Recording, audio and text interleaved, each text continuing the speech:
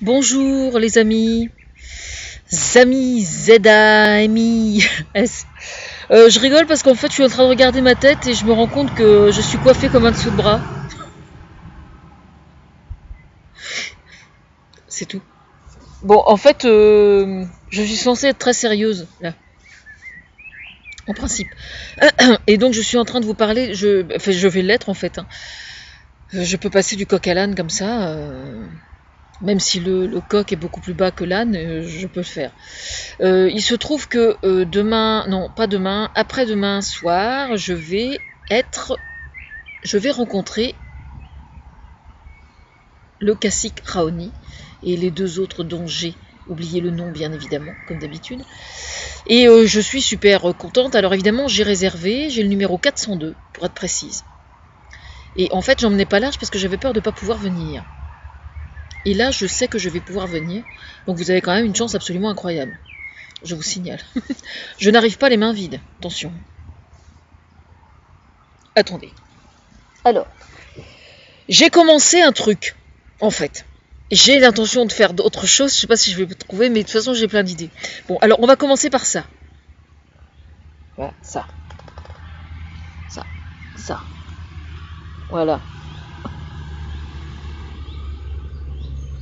Capture d'écran, bien évidemment. Et puis. Alors ça, c'est les visuels que j'ai pas encore utilisés sur le plan régional parce qu'évidemment, personne n'a donné suite quand j'ai fait les graines des plantes au jardin des plantes, bien évidemment. Alors, SOS Bello Monté. SOS Bello Monté. Alors attendez, je vais me mettre là. On fait ce qu'on peut, hein. Bon.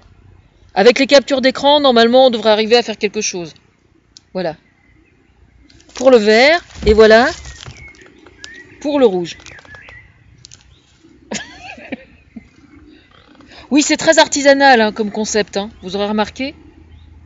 Et tenez-vous bien, les deux ensemble. Eh. Si ça, c'est pas de la mise en scène de clip, alors là, franchement, j'y connais rien. Hein. Voilà, ça, c'est fait. Bon, en fait, quoi vous dire? Parce qu'évidemment, j'imagine qu'il va y avoir beaucoup de monde, bien évidemment, ce qui est tout à fait normal, parce que c'est un événement très important. Alors je rappelle pour ceux qui ne sont pas encore au courant que je suis la conseillère de François Hollande, de tout le gouvernement, des deux gouvernements, et il se trouve que je suis aussi la conseillère d'EDF, mais bénévole. L'honneur est sauf. Bénévole. Hein. Alors, si jamais je prends la parole après-demain soir et que je dis que je suis conseillère d'EDF bénévole, vous êtes priés de ne pas me jeter des cailloux, déjà pour commencer. On n'a pas besoin des Rolling Stones pour en mettre encore, c'est pas la peine. Sting, c'est bien suffisant. Hein, d'accord ? Bon. En fait, alors en quoi suis-je la conseillère d'EDF ? Eh bien, je suis conseillère d'EDF parce que j'ai tenu un certain nombre de propos, il y a des années de ça déjà, au sujet de l'énergie. Voilà. Et tout ça, c'est vérifiable sur le forum, bien évidemment, comme d'habitude. À savoir que je ne peux pas blairer le nucléaire. Voilà. Alors vous me direz, c'est pas très original, je le conçois parfaitement, sauf qu'il se trouve que mon papa était parti faire un voyage humanitaire en Pologne au moment où Tchernobyl avait explosé, si vous voulez, et donc ça a conditionné un tout petit peu, ça m'a complètement conforté dans ce que je... Voilà, voilà le pourquoi je suis absolument contre le nucléaire. Mais c'est sur mon forum tout ça, vous pouvez retrouver tout ça sans problème. Il y a un tracteur qui passe.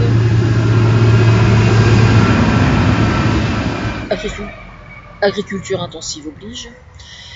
Et en fait, ce qui se passe, c'est que le monde de demain va devoir tenir compte de façon absolument incontournable et inévitable du fait qu'il soit absolument indispensable de modifier notre façon de vivre par bien des aspects, et notamment par rapport à l'énergie. Voilà. Parce que l'énergie fossile, on sait très bien que ça va très vite s'arrêter. comme pour plein d'autres choses d'ailleurs, les métaux rares, les terres riches et les terres, non, comment on dit, les terres nobles, vous savez, les terres qui sont chargées de minéraux et tout ça là. C'est pareil, ça va vivre pas longtemps. En fait, moi je pense très sincèrement que chaque maison devrait être équipée de panneaux photovoltaïques, d'une part. Donc c'est en ce sens que je suis l'inspiratrice d'EDF, c'est-à-dire que les propos que j'ai tenus par rapport à ça sur le forum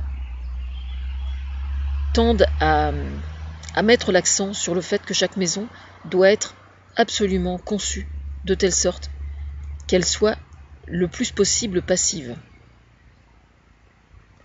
Alors, l'ombre que vous voyez, voilà. Non mais vous savez ce qui est en train de se passer là? Il y a une mouche qui est sur la caméra de l'ordinateur. Mais enfin, elle est partie. Bon.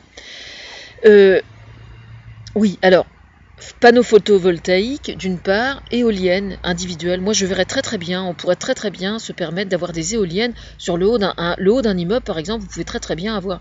Alors, mais comment se fait-il que cette mouche vient à cet endroit-là en particulier? C'est incroyable ça. Bon, j'espère qu'elle va arrêter.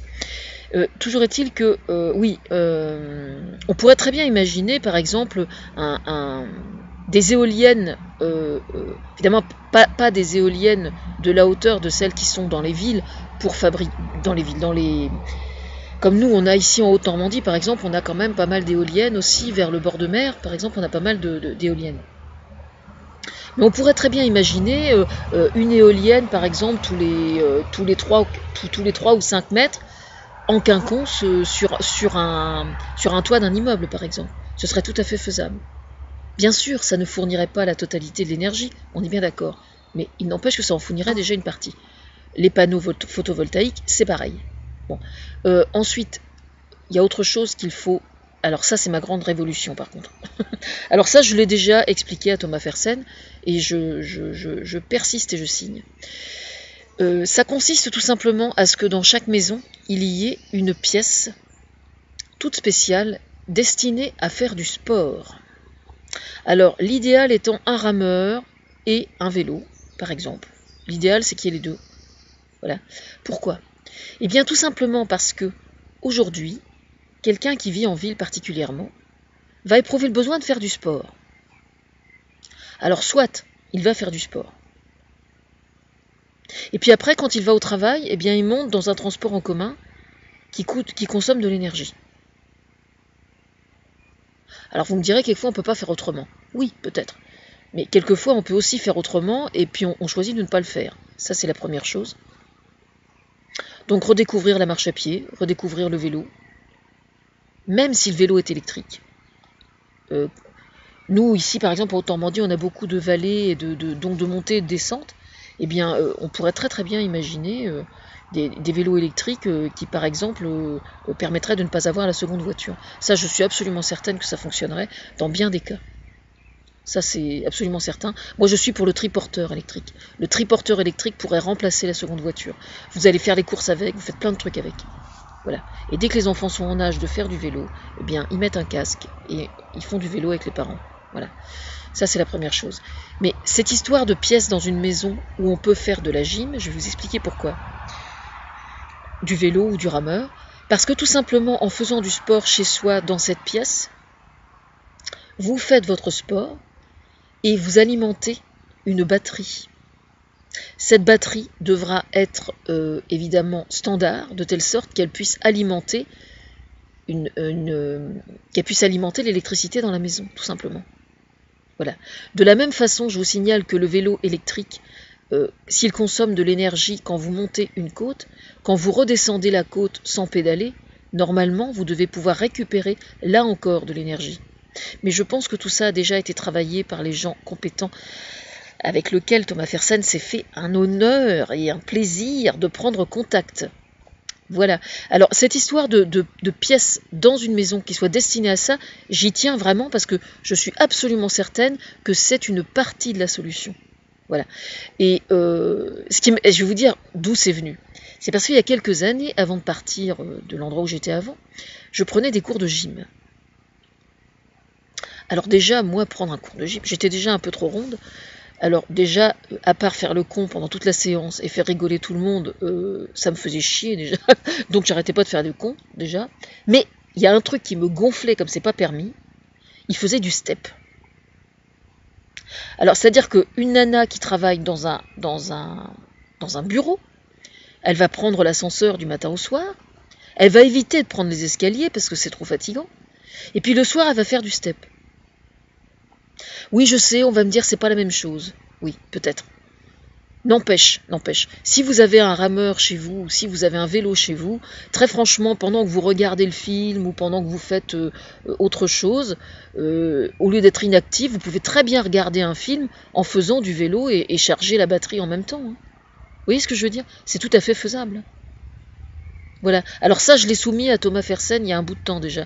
Donc je pense qu'à mon avis, il doit y avoir quelque chose qui doit être étudié.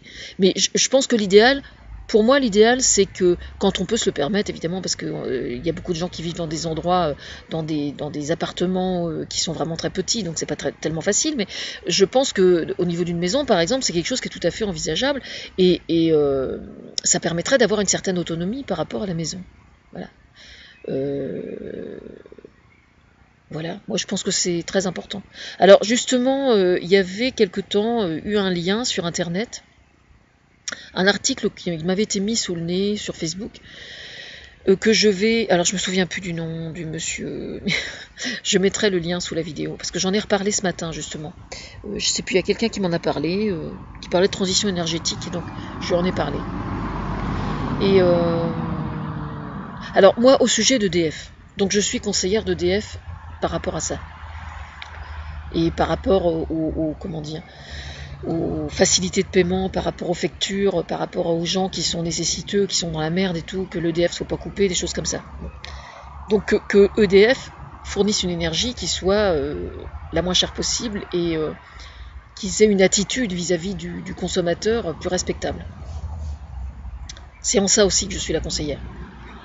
Mais là où je ne comprends pas, moi, EDF, je vais vous dire franchement, c'est que EDF, en France, met un point d'honneur à être quasiment irréprochable par rapport à la considération qu'ils ont vis-à-vis des Français. D'accord? Bon. Alors j'aimerais comprendre, moi, pour quelle raison EDF n'est pas aussi intransigeant quand il s'agit d'aller semer la zone dans d'autres pays du monde.